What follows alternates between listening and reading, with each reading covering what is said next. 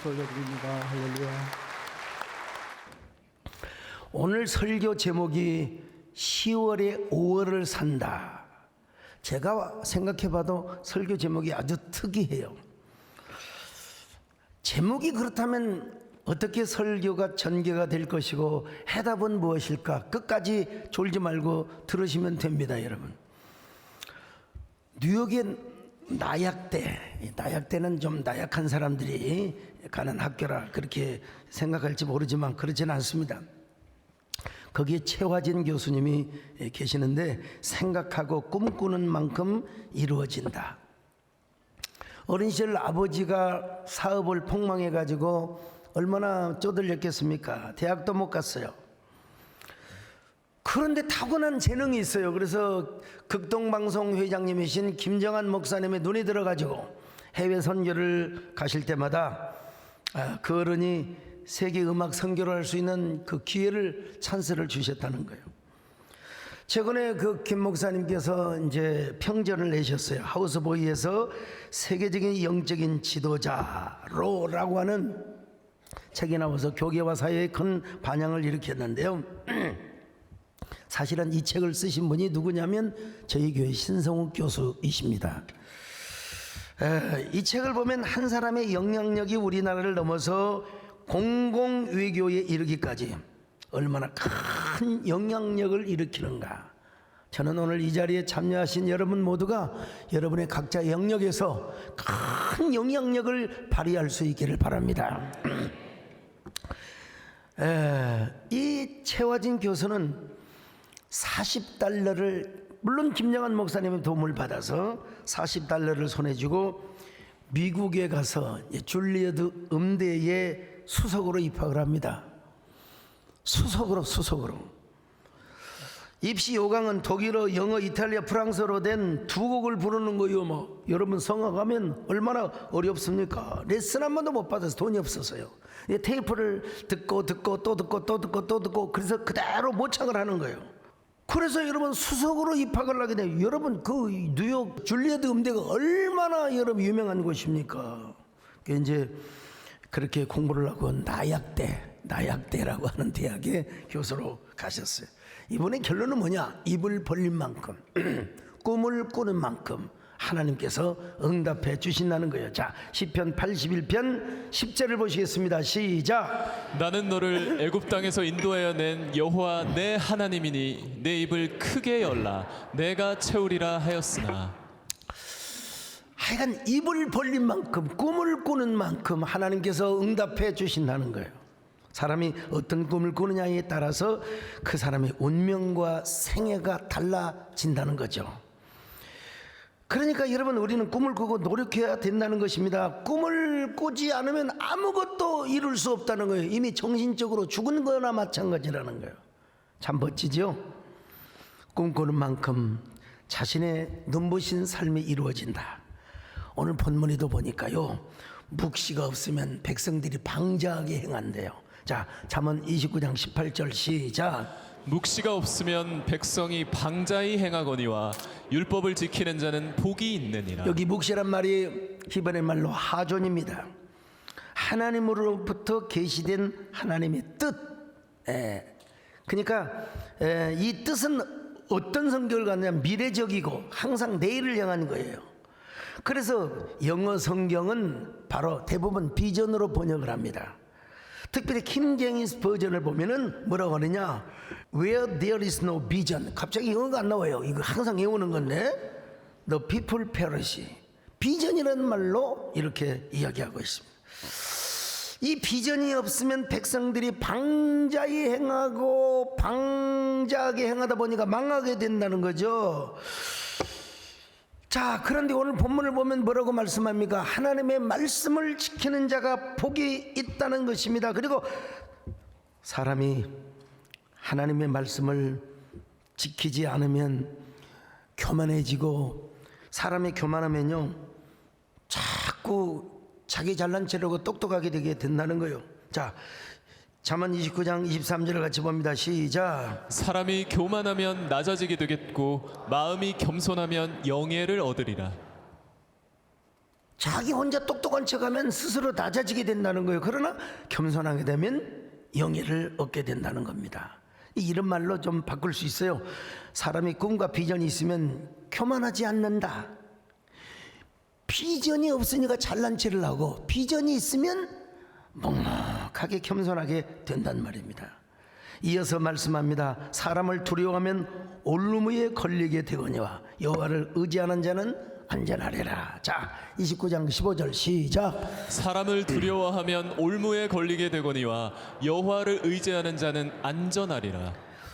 우리가 사람이 이게 그물을 탁 쳐놓잖아요. 새를 잡으려고요.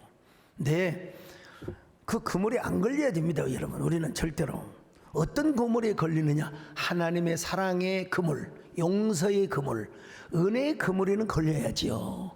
많은 사람들이 그물을 빗나가는데 참 진정으로 말씀이 있고 꿈이 있고 비전이 있는 사람은 사람을 두려워하지 않고, 근데 꿈이 없는 사람은 정신적으로 죽는 사람이라는 거예요.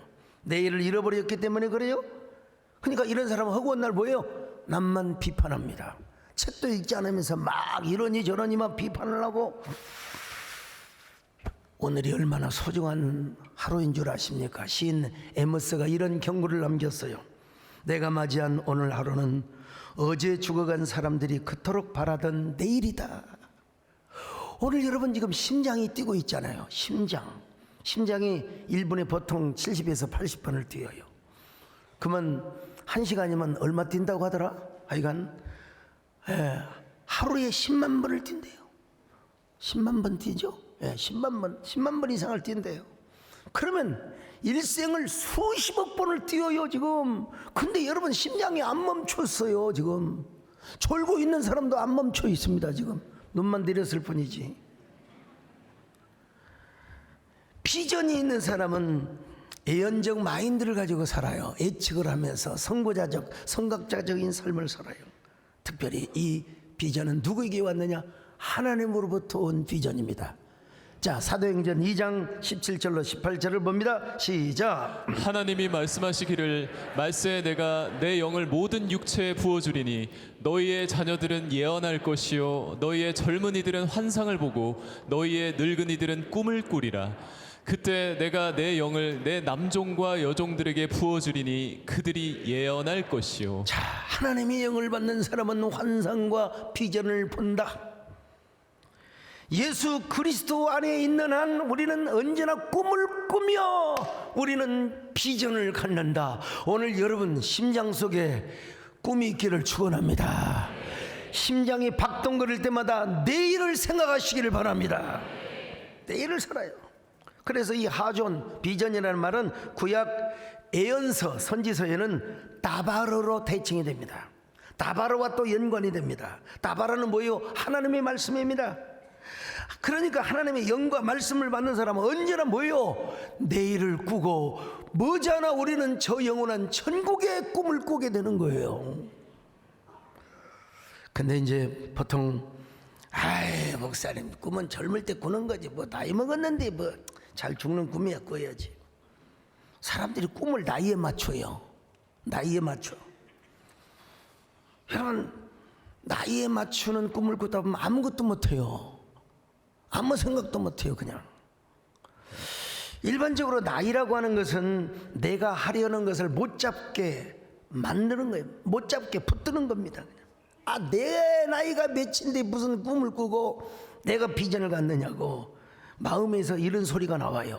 네 주지를 날라고. 여러 사람들이 그래요. 당신 나이가 몇인데 집구석에 가만히 있지 뭔 산을 다니고 말이야 산책을 하고 다니냐고. 반드시 여러분 기억해야 할 노래가 있습니다. 여러분 그 노래 아세요? 내 나이가 어때서 등산하기 딱 좋은 나이인데.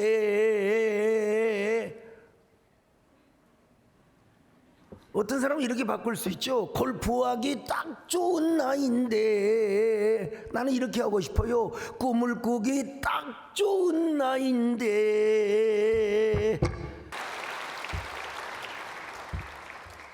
또 또 기억할 것이 있어요. 세계적으로 가장 큰 업적을 세운 사람들의 대부분이 나이 먹어서 세웠어. 나이 먹었어요. 이 내용은 엔카르프가 쓴 인생학교 나이 드는 법이라고 하는 내용에서 발표를 했어요. 이 책을 보면 나이 드는 것을 두려워하지 말라는 거예요. 두려워하지 말라는. 나이 드는 것은 일생에 거쳐서 일어난 하나의 과정이자 발전의 오퍼처니티, 기회라는 거예요. 오히려 인생과 인생, 그리고 저 우리의 삶과 저 천국을 연결하는 고리가 된다는 거예요. 나이 먹는 것은 연결 과정이 된다는 겁니다, 여러분. 자, 그 책을 보면 프랑스의 프란시스코 고야라고 하죠. 프란시스코 고야는 66세부터 전쟁의 참화를 그리기 시작했습니다. 그리고 80세에도 계속 그림을 그리고 그림을 배웠다는 것입니다. 메가더 장군은 인천 상륙작전할 때, 나도 몰랐는데 여러분 70세에 인천 상륙작전을 감행했다는 것입니다. 그러면서 노정은 사라지지 않는다고 했잖아요. 이승만 박사 이야기하면 또 어떤 사람은 불쾌할지 모르지만 나는 지금 팩트만 이야기하는 겁니다, 여러분. 70세에 귀국하여 73세의 나이에 대한민국의 초대 대통령이 되었습니다. 미국의 철도왕 벤더빌트는 70세가 넘어서 철도회사를 만들어 대성을 하였습니다. 미켈란젤로 성 베드로 성당에 화려한 돔의 그림을 그렸는데 그걸 언제 완성했느냐? 나이 70에 완성했어요. 70에. 그리고 동료 화가들이 보니까 막 뒷목에 군살이 얼마나 박혀 있었는지. 하이든, 핸델 70세가 넘어서 불후의 명곡을 작곡하였습니다. 베르디는 75세의 나이에 오페라 오텔로, 내가 오델로라고 했더니 우리 음악 목사님 코치라고 해요. 오텔로라고 하라고. 보통 오델로라고 해요. 전문가의 오만이죠. 그럼 진즉 자기가 이 설교하지. 76세에 팔스타프를 작곡하고 80이 넘어서도 왕성하게 활동을 했다는 거 아니겠습니까? 쾌테가 파우스트를 완성한다고 언제나 82세에 완성했어요. 82세. 세잔느도 일생 동안 사과라는 그림을 그렸는데 그가 뭐라고 고백합니까? 만년이 되어서야 비로소 사과 그림을 그릴 수 있었습니다. 완성된 사과. 소포클레스가 오이디푸스를 쓴 것도 89세, 피카소는 92세까지 그림을 그리다가 죽었어요. 여러분, 뭐하다가 여러분 죽으렵니까? 세계적인 경영학자로 불리던 피터 드러커도 65세에 본격적으로 오텔로의 감명을 받고 글을 쓰기 시작한 거예요. 96세에 이르기까지 30권이 넘는 명 베스트셀러, 그가 썼다면 베스트셀러예요. 그날 피터 드러커는 많은 기자들에게 질문을 받았대요. 박사님, 선생님의 저서 가운데 가장 위대한 저서가 무엇입니까? 여러분 책들이 많이 있잖아요, 뭐. 근데 그는 항상 이렇게 대답을 했대요. 다음에 나올 책이요. 다음에 나올 책이요. 스페인 태생의 첼로 성자라고 불리우는 파블로 카잘스. 그는 95세가 되었음에도 불구하고 아직까지 계속해서 하루에 6시간씩 그 첼로 연주를 연습했다고 하는 거예요. 그래서 젊은 신문기자가 물어봤어요. 카잘스 선생님, 당신은 이미 세상에서 가장 위대한 첼리스트로 인정을 받고 있습니다. 그런데 95세의 나이임에도 불구하고 아직까지 하루에 6시간 이상씩 연습하는 이유가 무엇입니까? 그는 머뭇거리지 않고 이렇게 대답했습니다. 왜냐하면 내 연주 실력이 조금씩 향상되어 가고 있기 때문이니까요. 역사학자 아놀드 톰빌은 노인이 되어 과거에 붙들려 있으면 참으로 불쌍한 인생이 된다, 불행한 인생이 된다. 미래를 향한 희망과 의지가 있을 때 약한 마음도 버리게 되고 항상 젊게 살 수 있다. 참 좋은 명언인 것 같아요. 그렇습니다, 여러분. 꿈이 있는 한 우리는 영원한 청춘의 삶을 살아가요. 내 나이 70세가 되고 80세가 됐는데 꿈을 꾸라고요. 여러분, 꿈이 있는 한, 심장이 뛰는 한 우리가 청춘을 살아가는 겁니다. 세상에는 여러분, 일찍 피는 꽃도 있지만 늦게 피는 꽃도 있습니다. 꽃이 다 봄에만 피는 줄 아세요? 봄에도 피지요. 매화, 목련, 개나리, 진달래, 철쭉, 아름답죠? 여름에는 수국, 나팔꽃, 개망초를 비롯해서 여름에 피는 꽃들이 있어요. 가을에는 코스모스. 오늘 참 성가대에서 코스모스 노래 어떻게 그대를 주님으로 바뀌어가지고 참 잘했습니다만은, 가을에는 코스모스, 구절초, 익모초, 국화 같은 꽃이 있습니다. 심지어는 겨울에 피는 꽃이 있습니다. 겨울에도 꽃 좀 피는 거 피지요. 솔중매, 인동초, 에델바이스.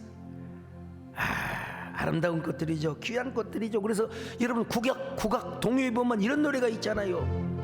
봄에 피어도 꽃이요, 여름에 피어도 꽃이요, 몰래 피어도 꽃이 모두 다 꽃이야. 아무데나 피어도 생긴 대로 피어도 이름 없이 피어도 모두 다 꽃이야.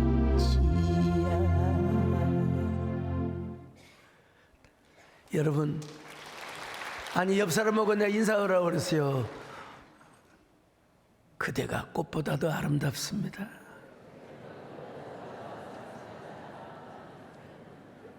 뭐 젊은 낯선 남매가 있어도 괜찮아요. 그대가, 할머니도 좋아요. 할머니라고 하지 마세요. 권사님이 꽃보다 더 곱습니다. 우리 인생이 그래요. 일찍 피우는 매화 같은 인생도 있어요. 중년에 피는 수국, 해바라기, 늦가을이 아름다운 코스모스와 고매한 자태를 보여주는 뭐요? 국화 인생도 있습니다. 겨울에 피는 설중매, 동백꽃, 인동초 같은 꽃도 있어요. 에델바이스, 히말라야 산맥에 피는. 성경을 보면은 아벨과 같이 일찍 피는 꽃이 있어요. 그러나 여러분, 아브라함을 보세요. 100세에 하나님께서 약속하신 이삭을 안아보게 해서 주었지 않습니까? 갈렙은 85세에 이 산지를 내게 주소서. 85세 되신 분들 힘없다고 하지 마세요. 갈렙은 창검을 착 말을 타고 이리야 하면서 여러분 안악자손의 후예들을 물리쳤다는 사실이에요. 안나 권사님이라고 불러야 되겠죠. 할머니는 85세의 메시아가 오는 모습을 보았으며, 사도 요한도 90이 넘어서 저 판모섬에서 요한계시록의 환상을 보고 받았었습니다. 모세는 80에 하나님의 부르심을 받고, 여러분 아마 제가 봐도 적어도 아무리 빨라도 100세에, 아무리 늦어도 100세에 창세기, 출애굽기, 신명기, 아마 신명기는 조금 늦게 기록이 되었지 않았을까 싶은데, 어쨌든 간에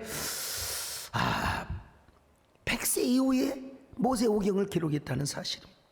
100세 산다 한들 대부분 아이고 좋은 날 받아서 내가 편안하게 죽었으면 좋겠다. 모세는 120세까지 눈이 흐리지 아니하고 하나님 말씀을 잘 기록했다는 것입니다. 그 우리 신성욱 교수님이 저에게 주신 통계인데요, 이런 기사가 떴대요. 나 직접 보진 않았는데, 불교에 존경받는 고승들과 기독교에 존경받는 목사님들의 수명에 관한 이야기입니다. 효봉 스님, 명스님이죠. 판사에서 오판을 해가지고 엿장수 하다가 나중에 승려가 되신 효봉 스님, 79세 사셨어요. 오래 사신 거죠. 청담 스님, 이분 어떤 분이냐? 청담동에 사시는 스님이 아니고, 제가 만약에 승려가 되었다면 분당 스님 혹은 용인 스님 그래 됐을 거예요. 청당 스님은 82세, 그리고 법정 스님은 79세예요. 근데 여러분, 존경받는 목사님, 존경받는 목사님은 몇 살에 사셨냐? 한경재 목사님은 99세. 예, 방지일 목사님은 104세. 104세. 김창인 목사님은 96세. 강원영 목사님은 90세. 또 지금 김장한 목사님도 막 90세, 91세 되실 거예요. 고승들의 평균 수명은 77.5세인데 존경받는 목사님들의 평균 수명은 무려 97세. 20년 차이가 나요. 이야, 여러분, 산 좋고 물 맑은 저기 오대산의 월정사나 지리산에 무슨 산이더라? 지리산에 노고단 올라가는데 화엄사 이런 데 사신 분들 보면 이야, 참 얼마나 오래 사실까. 좋은 공기 마시고 좋은 물 먹고. 그런데 통계에 의하면 그렇다는 거예요. 왜 그럴까? 오늘 본문에서 언급하는 하나님의 말씀과 비전의 유무와 깊은 관련이 있는 것은 아닐까 하고 제가 생각을 해봅니다, 여러분. 그런 의미에서 우리 인생에 있어서 가장 중요한 것은 누구냐? 예수 그리스도를 만났느냐 안 만났느냐의 차이입니다. 그리고 그 안에서 비전이 있고 묵시가 있느냐 없느냐의 차이라는 거예요. 사람이 살아가는 데 있어서 비전이 없으면 항상 방황입니다. 번뇌입니다. 108가지 아니라 208가지 번뇌가 있어요. 고민밖에 없어요. 걱정밖에 없어요. 그러니까 사람들이 뭐라고 그래요? 성경은 방자하게 행한다. 그리고 방자하게 행하니까 바람 부는 대로 물결을 치는 대로 흘러가는 겁니다, 여러분. 아무리 큰 고래를 할지라도 죽으면 파도에 밀려요. 그냥 죽어서 고기 밥이 되는 거예요. 근데 송사리는 살아있어도 조그마한 피라미도 여러분 폭포를 거슬러 올라가요. 살아있는 것은 놀라운 것입니다, 여러분. 우리가 지금 심장이 뛰고 있다는 게 얼마나 감사한지 알 수가. 왜? 우리에게 뭐가 있어요? 생명력이 있습니다, 여러분. 생명력. 신앙생활에도 생명력이 있어야 됩니다. 무기력해가지고 뭐 그냥 아파서 못 나오면 모르지만은 건강한데도 볼 일이 있다고 집에서 누워서 그냥 이러면 안 돼요. 여러분, 우리에게 요동치는 생명력이 있어야 될 줄로 믿습니다. 언제나 신앙생활하면서 생명력이 넘치시기를 바랍니다. 살아있는 신앙, 꿈꾸는 신앙, 비전이 넘치는 신앙, 푸른 청춘의 삶을 사시기를 바랍니다. 이 세상을 살아가는 동안에 나의 힘을 의지할 수 없으니 기도하고 낙심하지 말 것은 주께서 찬송하 되시리라. 하나님의 꿈이 나의 비전이 되고 예수님의 성품이 나의 인격이 되고 성령님의 권능이 나의 능력이 원하고 바라고. 여러분, 이 하존과 다바르가 연관이 되어 있고 상호 연결이 되어 있다고 했지 않습니까? 근데 이 비전이 있는 생명력 있는 하나님의 말씀은요, 활력이 있어가지고 좌우의 날선 검과 같다고 하는 거예요. 그래, 우리의 관절과 골수, 우리의 영혼과 사상과 이념과 우리의 생각까지도 다 쪼개버린다는 거예요. 자, 히브리서 4장 12절 시작. 하나님의 말씀은 살아있고 활력이 있어 좌우의 날선 어떤 검보다도 예리하여 혼과 영과 및 관절과 골수를 찔러 쪼개기까지 하며 또 마음의 생각과 뜻을 판단하나니. 자, 하나님의 말씀이 우리 마음을 해보고 우리 마음을 파헤치면 여러분, 우리 안에 생명력이 움트러요. 생명력이 있으니까 꿈을 꾸며 살아가요. 이게 뭐예요? 5월의 삶을 살아가는 거예요. 5월의 삶. 이 생명력이 없으니까 맨날 어떻게 기독교가 무슨 이념에 사로잡혀 있습니까? 에? 왜 자꾸 막 이데올로기적인 막 대립을 세워요, 교회가 교회끼리? 여러분, 살아있는 복음을 경험하지 못해서 그래요. 예수님은 여러분 진보적인 그런 일도 하셨고, 또 예수님은 또 전통을 지키는 일도 하셨고, 여러분 조화를 이루고 균형을 이루어야죠. 막 극한 대립을 하고 말이죠. 5월 하면 피천득 작가가 쓴 5월 애찬이라는 수필이 생각이 납니다. 5월은 금방 찬물로 세수를 하는 한 21살 청신한 얼굴이다. 하얀 손가락에 끼어있는 빛이 가락이다. 5월은 앵도와 어린 딸기의 달이요, 5월은 모란의 달이다. 그러나 5월은 무엇보다 실록의 달이다. 전나무의 바늘잎도 연한 살같이 보드랍다. 21살이었던 5월, 불현듯 밤차를 타고 비서지에 간 일이 있다. 해변가에 엎어져 있는 보트, 덧문이 닫혀 있는 별정들. 그러나 10월같이 쓸쓸하지는 않았다. 가까이 보이는 섬들이 생생한 색이었다. 중약하고요, 내 나이를 세어서 무엇이 하리요? 나는 5월 속에 있다. 내 나이를 세어 무엇하리?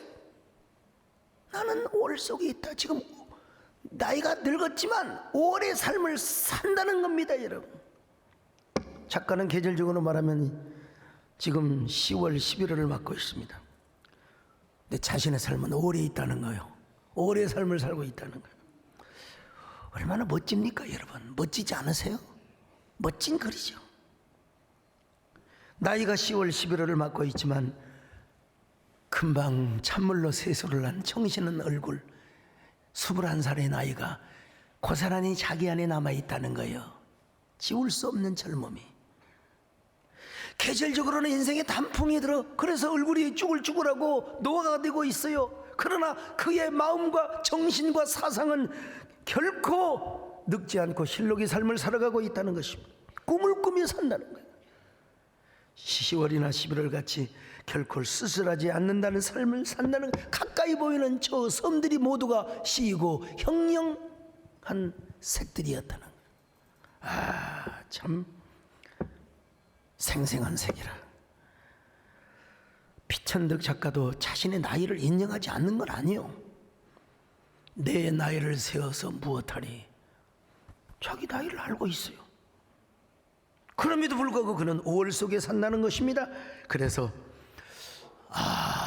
나도 5월의 삶을 살아야 되겠구나. 여러분도 5월을 사시기를 축원합니다. 아니, 저라고 해서 무슨 나이를 못 느낍니까? 저도 나이 먹으니까 탈진도 오고 피곤도 하고 겉사람이 후퇴하는 걸 보죠. 일본도 상에서 얼마 전까지는 청년들 탁 턱걸이에서 꺾는 재미 지금도 할 수 있어요. 근데 이 정형외과 닥터가 하지 말라고 그래요. 턱걸이도 하지 말라고 그러고, 턱걸이 20개, 25개. 이게 참 과시하던 때가 지금 한두 달 전이었는데 지금 잠시 안 하고 있는데 이제 다음 주 하려고 합니다. 아무튼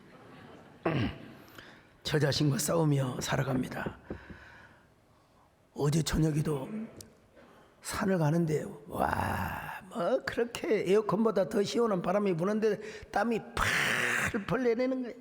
참, 제가 산행을 하다 보면 어두운 밤에 몸도 성치 않으신 것 같아요. 허리도 구부정하셔가지고 지팡이를 짚고 얕은 야산, 높은 산은 아니지만 야산을 이렇게 산행하시는 모습을 저녁에 그것도 후라시로, 안타까워서 어르신 조심히 다녀오세요. 쭉 보더니 목사님 아니신가요? 참 그런 사람의 삶이 5월처럼 느껴지는 거예요. 어떤 분이 저에게 친한 친구인데 저에게 찾아왔어요. 찾아와가지고 내 기도하고 응답받고 왔다고. 응답이 뭐냐? 대단한 응답인 줄 알았는데 소 목사님이 하나님께서 소 목사님을 하여금 골프를 치라고 하십니다. 목사님 아직도 골프의 재미를 모르시죠? 불쌍합니다. 불쌍. 골프는 이 땅에서 최고의 기쁨을 가져다 주는 운동입니다. 그래요? 우리 남진 장로님도 미국 갔다 오셔서 잠도 안 오시고 진짜 그런데 가서 골프 치고 와서 잠들었다고 하시더만. 좀 저도 데리고 다니세요. 내가 걸어라도 다닐 테니까. 골프장은 색깔로 말하면 푼독색과 같아서 시편 23편에 나오는 푸른 초장과 같대요. 골프장에서 들리는 바람 소리는 청한 계곡 물소리 같아서 그 소리를 들으면 모든 잡념이 다 물러간다는 거예요. 그리고 사랑하는 사람과 골프를 치면 벌써 왈프를 춤을 추는 것과 똑같대요. 황정원 장은 그렇습니까? 아이고 참. 제가 물어봤죠. 골프장에 가면 깊은 사색에 빠집니까? 아주 창의적인 세계가 열립니까? 나는 홀로 산을 거닐 때 시가 나오고 이 세상은 시가 아닌 인생이 하나도 없습니다. 나는 산행을 할 때 주로 글을 쓰고 산행을 할 때 깊은 사색에 글이 나옵니다. 여러분 요즘은요 사색을 안 해요. 검색만 합니다. 검색만 하면 창의력이 없어요. 그리고 검색이 또 정확하지도 않더라고요. 제가 다음 주 설교를 준비하면서 검색을 인용했더니 이상하다 해가지고 그 책을 구해와서 봤더니 사실과 다르더라고요. 그래서 고쳤어요. 이 검색의 위험함이 이렇게, 인터넷이 이렇게 위험하구나. 검색은 누구나 할 수 있습니다. 그러나 틀릴 수 있어요. 그 검색을 가지고 우리는 뭘 해야 되느냐? 창의력을 발휘해야 됩니다. 창의력. 요즘 세상은요, 우리가 사는 세상은 창의력이 없으면은 불가능한 세상이요. 창의력이 없으니까 맨날 뭐예요? 꼰대가 되는 거요. 나만 옳고 너는 싫다. 그리고 너는 늘 남을 비판하는 겁니다. 성경에 보면 끊임없이 사색하며 원망하지 않고 불평하지 않고 오래 삶을 살았던 한 사람이 소개됩니다. 누굽니까? 미스터 요셉이죠. 세상에 꿈 때문에 노예로 팔려가다니 꿈 때문에 감옥에 가다니. 우리 요셉의 스토리를 너무나 잘 알지 않습니까 여러분? 그러나 그는 감옥에서 얼마나 사색을 많이 하고 하나님의 말씀으로 연단을 받았겠습니까? 자, 시편 105편 17절로 19절 시작. 그가 한 사람을 앞서 보내셨으며 요셉이 종으로 팔렸도다. 그의 발은 착고를 차고 그의 몸은 쇠사슬에 매었으니 곧 여호와의 말씀이 응할 때까지라. 그의 말씀이 그를 단련하였도다. 얼마나 많은 말씀에 되새김질을 했을까? 얼마나 많은 영적인 사색을 했을까? 마침내 그는 술관원장을 만나서 애굽의 총리 대신이 됩니다. 애굽 국민들뿐만 아니라 근동의 지역의 모든 사람들을 먹여 살려요. 자기의 모든 형제, 아버지, 이분 어머니까지 다 먹여 살려요. 그는 죽을 때도 꿈을 꿉니다. 죽는 순간 오래 꿈을 꿨어요. 형제들에게 우리의 후대에 몇 대가 지나면 이제 우리의 후손이 출애굽을 하게 될 텐데 내 유고를 만들어서 미라를 만들어서 내 미라도 내 열조의 조상의 그 누운 곳에 나를 장사 지내달라고. 창세기 50장 25절 같이 봅니다. 시작. 요셉이 또 이스라엘 자손에게 맹세시켜 이르기를 하나님이 반드시 당신들을 돌보시리니 당신들은 여기서 내 해골을 메고 올라가겠다 하라 하였더라. 여러분 그 꿈은 그대로 이루어집니다. 그래서 여러분 저 여호수아에 보니까 요셉의 유고를 야곱이 묻혀있는 그곳에 그대로 창사를 지냈다고 했어요. 왜 그랬을까요? 꿈을 꾸고 창의적인 삶을 살았기 때문에요. 애굽에 묻히지 않았어요. 자, 여호수아 24장 32절 시작. 또 이스라엘 자손이 애굽에서 가져온 요셉의 뼈를 세겜에 장사하였으니 이곳은 야곱이 베크스타를 주고 세겜의 아버지 하몰의 자손들에게서 산 밭이라. 그것이 요셉 자손의 기업이 되었더라. 사람이요, 인간은 창의적인 존재가 돼야 됩니다. 항상 과거에 매여 살면 안 돼요.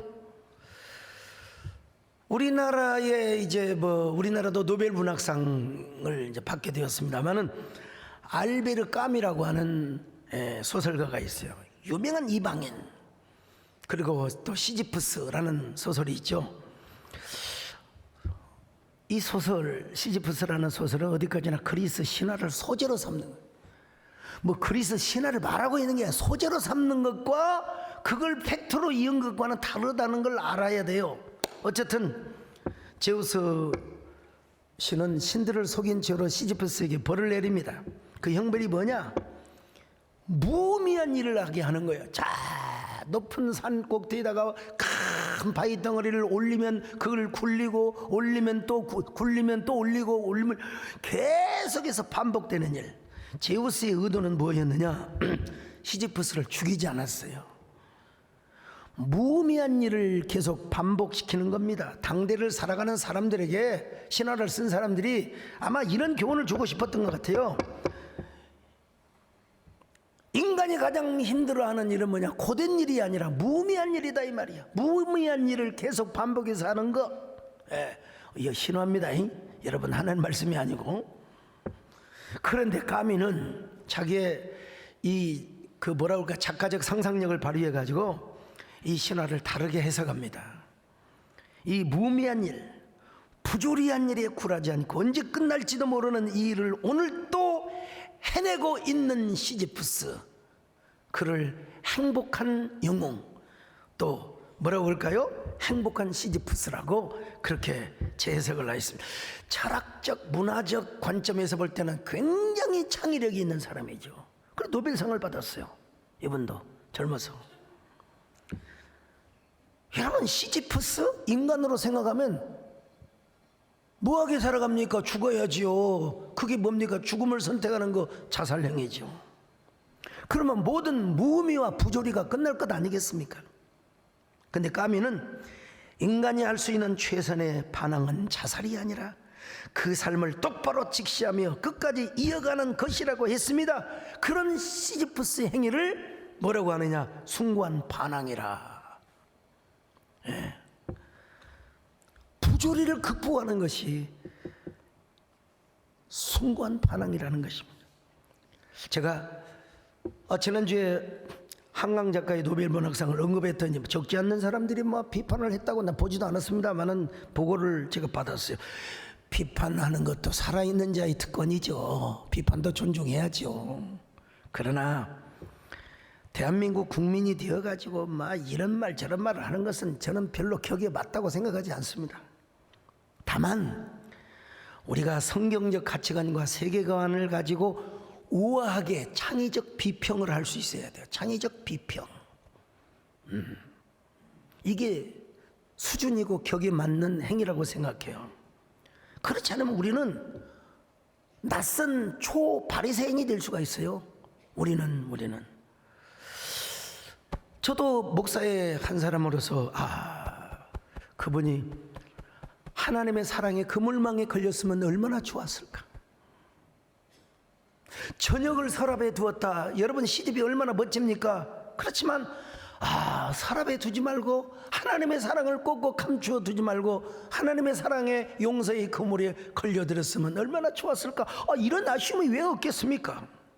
그랬더라면 더 밝은 작품을 쓰고, 그랬더라면은 정말 또 하나님을 뭐라 할까요? 하나님께 일반 은총의 영역에서 하나님께 영광을 돌리고 하나님 뜻을 이루는 이런 책을 썼으면 얼마나 좋았을까. 제가 한 15, 16년 전일 겁니다. 교회가 한참 부흥할 때 우리 장로님들하고 어디 별장을 구하러 다녔어요. 저기 한강 어디 유원지에 또 갑자기 또 한강이 나오네. 한강 맞습니다, 여러분. 그 유원지에 근데 거기가 이제 그 양평인가, 이거 양평인가의 유원지예요. 유원지만 아니었으면 내가 그 땅 샀습니다. 그리고 그 집 샀어요. 왜냐하면 문학 예술가들을 지원하기 위해서 좋은 책을 좀 써주세요. 좋은 글을 좀 써주세요. 꼭 예수님 일이 안 나오더라도 좀 인류 발전과 보편적 인류에, 그리고 그리스도의 사랑의 정신이 깃든 그런 글 써주시면 됩니다. 렌트비도 받지 않아. 쌀도 음식도 다 제공해주고 자동차도 한 2대 두고 자유롭게 타고 다니고. 제가 이런 꿈을 한 6년 전에 했는데 결국 우리 장로님들이 반대로 제가 못 샀습니다. 왜냐하면 목사님 여기서는 글이 안 나옵니다. 막 거기 보트 타고 막 유원지 막 애들 낄낄거리고, 여러분 그 소리를 듣고 글이 나올 수도 있거든요. 이 소리도 아닙니다. 저 소리도 아닙니다. 근데 결국 제가 꿈을 못 이뤘어요. 우리가 정말 아직도 늦지 않았습니다. 정말 우리가 이런 기독교적인 세계관과 가치관을 가지고 글을 쓰는 이런 글 작가들을 양성해야 한다는 게 얼마나 여러분 중요한지 몰라요. 비판하는 거야 좋지요. 오늘 제가 지난번에 언급했던 재원호 교수님께서 오늘 3부에 배우셨습니다. 사진보다 훨씬 더 아주 잘생기신 우리 교수님이신데, 아마도 우리 재원호 교수님이 쓰신 책을 진화론 학자들이 보면은 제가 어떤 반응을 보일까, 아마 아무 소리도 못할 겁니다. 설득을 당하지 않을까 싶어요. 그리고 자기들의 논리가 빈약하다는 이러한 예상을 해봅니다. 이런 좋은 책을 쓰시고 좋은 강연을 해주신 우리가 존경하는 우리 재원호 박사님이 오늘 우리 예배에 참석하셨습니다. 재원호 교수님 좀 일어나시죠. 아이고 좀 불편하실까요? 여러분 교회 장로님이시고 신실한 물리학자이십니다. 정말 좋은 책을 써주셔서 너무나 감사합니다. 박수 한번 해주세요.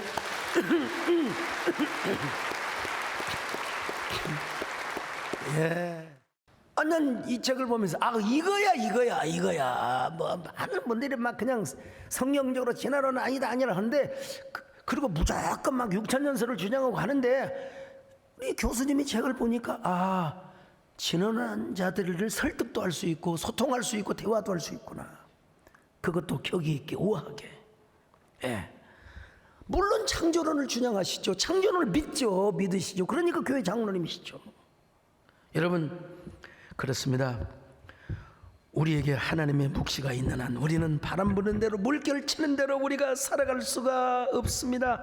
심장이 뛰는 한 우리는 바람과 맞서 싸울 수 있습니다. 파도와 싸울 수 있습니다. 여러분, 그래서 아까 성가대에서 그랬잖아요. 심장이 뛰는 한 포기하지 마세요. 눈시울이 젖어 있는 한 좌절하지 마세요. 이번에 그 전철역에다가 붙이는 그 글귀를 바꾸자는 이제 가을이 되었으니까 뭐라고 쓴 줄 아십니까? 이제 다음 주면 걸릴 거요. 그대가 있으니 해도 뜨지요. 그대가 없으면 태양도 뜨지 않습니다. 물론 물리학적으로 태양이 뜨는 건 아니죠. 지구가 도는 거죠. 그리고 중력의 법칙에 의해서 우리는 이렇게 걸어다닐 수 있습니다. 여러분, 걸어다닐 수 있어요. 근데 우리 마음은 얼마든지 여러분 젊어질 수 있고 예수 그리스도 안에서 오래 삶을 살 수 있습니다. 예수 그리스도의 심장이 우리 속에 뛰는 한 우리는 찬물로 세수하고, 저는 찬물로 샤워를 하지만 여러분 또 함부로 하지 마세요. 심장 멈추고 곤란하니까. 우리가 가을을 맞지만 예수 그리스도와 함께 오래 삶을 살 수 있습니다. 눈유부시게 푸르는 젊음, 그 기운이 스프링처럼 솟아나고 검은 대지의 푸름을 약독시키는 저 5월, 만물이 약동하며 푸르름의 wal철을 추게 해주는 5월의 삶, 그 눈부신 5월이 여러분의 심장 속에 스프링처럼 솟구쳐 나시기를 축원합니다. 오늘 젊은 분들도 중요하지만 우리 실버 장로님들, 실버에 가까우신 분들, 그렇다, 나는 5월을 산다. 할렐루야. 주님과 함께 걷는 길은 멀고도 가까워. 주님과 함께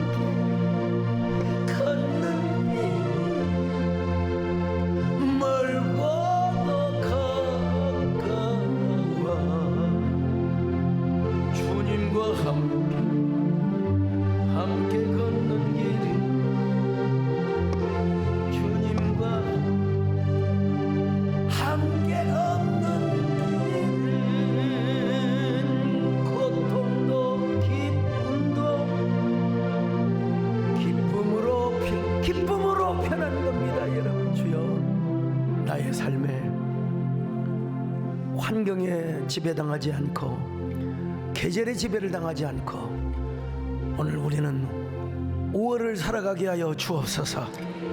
내 인생의 색깔이 연두빛이 되게 하여 주옵소서. 전나무 잎사귀도 보드랍고 부드러운 것처럼 우리의 삶이 그렇게, 우리의 마음이 그렇게 부드러워지게 하여 주옵소서. 행악하지 않게 하여 주옵소서. 꿈을 꾸게 하여 주옵소서. 하나님, 싱싱하고 풋풋한 삶을 살기를 바랍니다. 우리 모두 그런 삶을 살 수 있도록 은혜 베풀어 주시옵소서.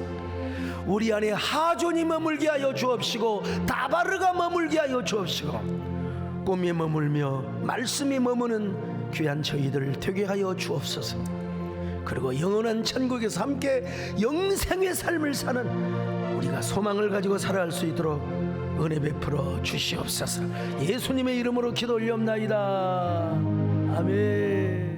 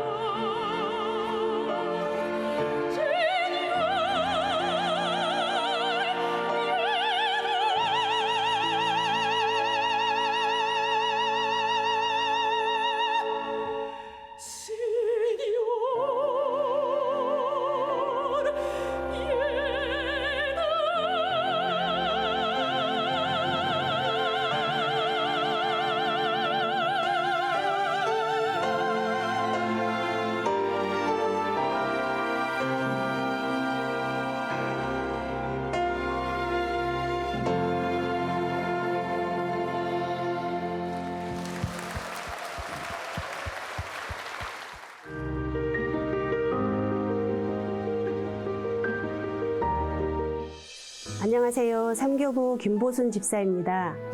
경기도 시흥에 살던 저는 남편의 이직으로 용인에 이사를 오게 되었습니다. 그러던 중 우연히 교회 광고 표지판에서 새해된 교회를 보게 되었고 교회 셔틀버스를 타고 새해된 교회에서 첫 예배를 드렸습니다. 몇 년 동안은 주일 예배만 드리다가 성가대 봉사와 교회 배드민턴 동아리를 함께 하면서 조금씩 새해된 교회에 스며들기 시작했습니다. 저는 어린이집을 운영하면서 나름 인정도 받으며 부족함 없이 평온한 삶을 유지하고 있었습니다. 그런데 예기치 않은 코로나 팬데믹 상황을 겪었고 저출산 위기의 경영 악화를 피해갈 수가 없었습니다. 2, 3년을 겨우 버티며 조금씩 어린이집 운영이 회복되기 시작했지만 작년 한 해는 너무나 힘든 시기였습니다. 원화수가 절반으로 줄어서 갈수록 운영이 힘들어졌고 더 나아질 상황이 보이지가 않았습니다. 그때부터 제가 할 수 있는 것은 오직 기도뿐이었습니다. 그러던 중 스트레스가 겹친 탓인지 몸에 이상 증세를 느낀 저는 병원을 찾게 되었고 자궁 용종이 있다는 진단을 받았습니다. 의사 선생님이 소변서를 써주시며 큰 병원에서 조직 검사를 받아볼 것을 권유했고 저는 검사 후 용종 제거 수술을 받았습니다. 그런데 수술 과정에서 암으로 전이될 수 있는 자궁내막 증식증이라는 질병을 발견하게 되었고 암으로 전이되기 전에 하나님의 은혜로 치료받을 수 있었습니다. 그렇게 계속되는 고난과 고통의 시간 속에서도 오히려 저는 하나님께 더 가까이 나아가며 오직 하나님께 모든 것을 맡기며 기도로 제 삶을 채우기 시작했습니다. 새벽마다 울리는 알람 소리에 고민하지 않고 벌떡 일어나 새벽 예배를 드렸고 기도로 새벽 제단을 쌓았습니다. 힘들고 어려운 시간들이 때로는 버겁고 지치기도 했지만 목사님의 한 말씀만 하옵소서라는 설교를 들을 때마다 나를 위로하시는 하나님을 만나며 눈물을 닦으며 예배드리는 시간이 많았고 찬양 한 구절 한 구절을 제 삶의 고백처럼 드렸습니다.